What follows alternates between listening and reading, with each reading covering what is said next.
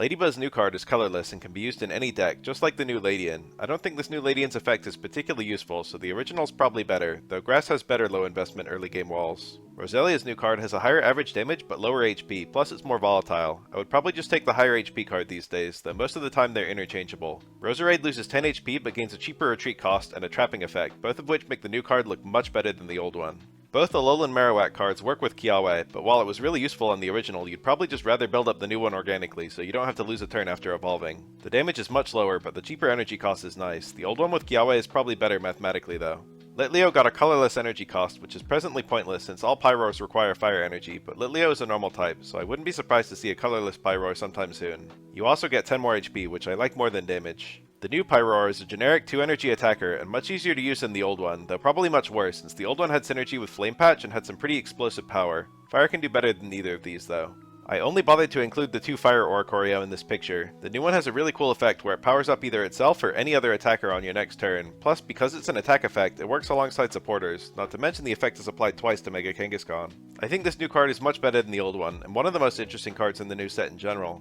The old Vulpix is a battery, the new Vulpix just attacks. Both Ninetales benefit from the free energy, so I'd run the old one every time. There's no resource more valuable than energy. New Delibird has a coin flip between 70 damage and actually healing the target. It's colorless, so you can use it in any deck to beat Oricorio, I guess, but I can think of a dozen better ways to do that than this. We have both a new Mudkip and a presently unreleased event Mudkip. Both have the same average damage, but the second one will kill a baby half the time and the first one never will, so the second one is probably better. Our new Vanillite and Vanillish are nothing to write home about, just generic evolving attackers which, at the very least, have very cheap attacks. However, the star of the line is the new Vanillux, who amusingly has synergy with the old pre-evolutions, giving us a new Sweets Relay card with some serious HP and power. Between this 120 damage hit and whatever Sweets Relay attack you just used, this is probably killing whatever it hits, and it's got enough HP that it will often get off another attack. Sweets Relay is one of the coolest off-meta decks in the game, and thanks to this guy it's once again capable of beating even top meta threats. The old Cryogon allows you to choose your target, like Minior, which is quite good, though the energy cost is a bit high on a low HP mon that doesn't evolve. The new one is like a stronger, bulkier Chingling, but the fact that it requires energy makes it worse, since you can't get its attack off on turn 1 and prevent the opponent from ever using Pokeballs. Unless you get a Misty Heads or something.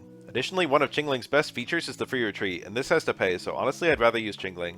I have nothing to say about Choodle. This new one looks even worse than the others. All of the Choodles and Dreadnoughts have the same problem, which is that while they're bulky and powerful, the energy costs are just way too high, which is catastrophic if you're forced to lead with them rather than your Manaphy or whatever.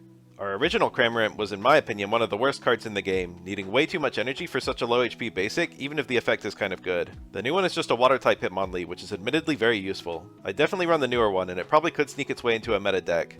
Aerokuda's new card is colorless, which is irrelevant since all Barrascudas need water. I do prefer the new card's art with the diving Cramorant, but the old one is much better. The new Barrascuda is a generic 1-energy attacker, and I'd much rather have the original, though water can do better than either of these. We're on to 6 Pikachus. The new one hits a reliable 30 on 1 energy, which is a fantastic benchmark to kill babies, and it's probably the best one going forward, though depending on your number of basics, the Circle Circuit one might be better. There's still some value to the Spark one as well, just to set up Cyrus pulls. It's up to you really. This new Zapdos is another of the funniest cards in the game, doing 100 damage to a random target. This is both more expensive than Spiritfire Magcargo and weaker on average, and it's way too risky to use unless you have an empty bench. So you're incentivized to use it as a late game win con, but Lightning has much better cards there. I love the TCG League Game Boy game reference though. Both Wobbuffets have a high retreat cost and relatively high attack costs, which makes them very awkward to actually use even as stall cards. I guess you could use the new one in Mega Gardevoir decks to kill Oricorio, especially using Plaza for the free switch. It does have a couple advantages over Sableye, such as the higher HP and not needing to discard. The old Wobbuffet is just a stall card, but sadly many things can just one-shot it in the current meta, so it probably won't get its attack off more than once.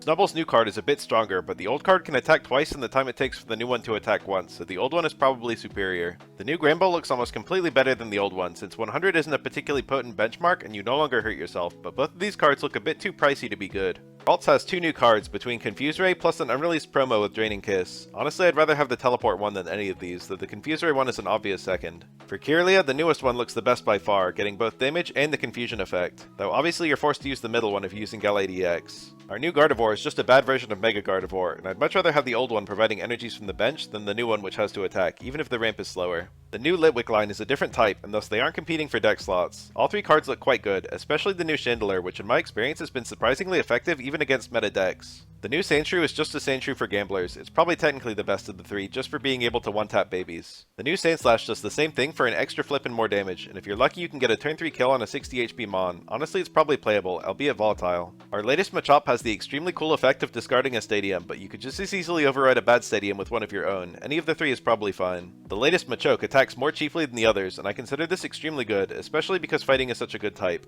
We're up to 4 Machamp cards now, and it's really hard for me to evaluate which one is the best. This latest one has a cheap attack, which works well with Rare Candy or the new Machoke, plus the discarding effect is rare and valuable, potentially stopping your opponent from ever drawing a win con. However, the old Machamps all have higher damage potential. To be honest, I probably would use this latest one, but when you look at it, it's basically just a slightly worse version of the Fire Chandelier, which itself saw no use. Cubone's latest card attacks for 1 energy instead of 2, which normally I advocate for, but it does less damage in 2 attacks than the middle Cubone does in 1. Still, it has more HP and it'll do more damage in the end if you evolve it right away, so it's probably the best one. Our new Metatite is Colorless, which makes it the best when running alongside either the new Metacham or the unreleased Mega Metacham, both of which encourage you to use a Fighting Psychic deck. The power of the new Metacham is quite good, but the fundamental inconsistency is going to make it shaky. Drillbur has exactly the same situation as Cubone just a moment ago, except the weaker one doesn't have more HP. I'd probably use the new one. The new Passimian is very similar to Hitmonlee, except it has higher HP but a higher retreat cost, and a higher retreat cost is very damning on a mon that will often want to switch out, since it can't hit the thing in front of it. Amusingly, this new one powers up the old one, so you really could run one of each, but the old one is probably just better, and neither is worth running.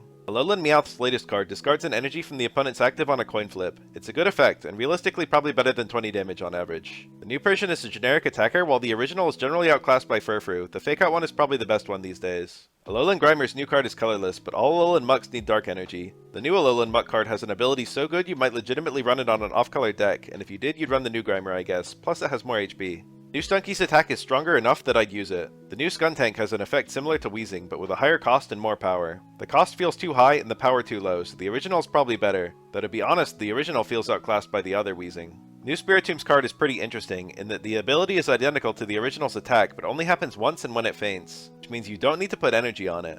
A card's purpose hinging on it fainting is pretty iffy in practice though, I wouldn't touch any of these. Purloin's newest card flips to shuffle a card from the opponent's hand back into their deck. This is quite a fun and disruptive effect when it works. Honestly, any of these cards are probably viable. New Liepard is much better than the original one, both getting a higher average damage and hitting a better benchmark, and it's probably the best of the 4. Somehow we're up to 5 Mawile cards now, and in respect of the devs' apparent passion for the Pokemon, I've drawn up one of my own to fill the empty space in this slide. The current Mawile, like the other 4, is hopelessly outclassed by Skarmory.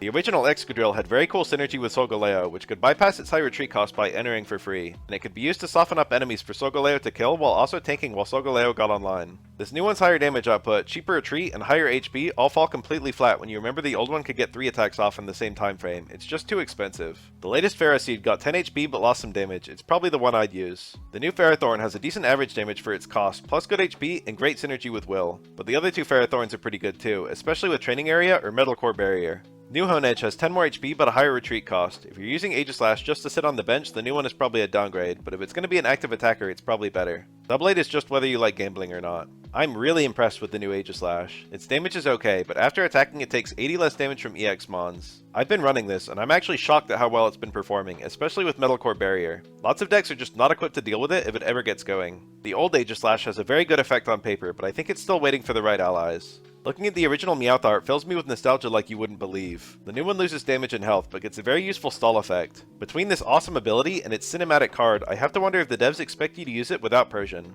As for the new Persian, it's very forgettable. I do find the difference in musculature between the 2 Persian cards to be really funny, by the way. Kangaskhan's new card has an attack cost that's simply too high to really consider. You'd rather be putting the energies on Mega Kanga, especially since both of them work with Alima. I wouldn't use any of these in this day and age. Once again, we have a Sentra and a Sentret for gamblers. You could go either way. The card art for both feels like a commercial for an antidepressant, where they're describing how life used to feel before they started taking the drug. I'm sure I just alienated a lot of my non-USA viewers by referencing commercials for medication. Furret is a nothing card, akin to Raticate. New Smeargle can use the opponent's in-hand supporters, which is a hilarious effect, but not good enough to consider running the card. The old Smeargle has higher HP, better damage, and an interesting effect, which might have some fringe relevance somewhere. Our last card of the set is Spinda. The old card confused both Pokemon, the new one is a bit stronger but confuses Spinda only. Honestly, 30 is a good enough benchmark, and confusing the opponent is one of the more useful things Spinda could do, so the old one is probably better. I must object, by the way, that the new card shows 2 confused Pokemon, while the original only shows Spinda confused. Feels like the card art for the 2 should be swapped. Anyway, that's the last of them, thanks for watching.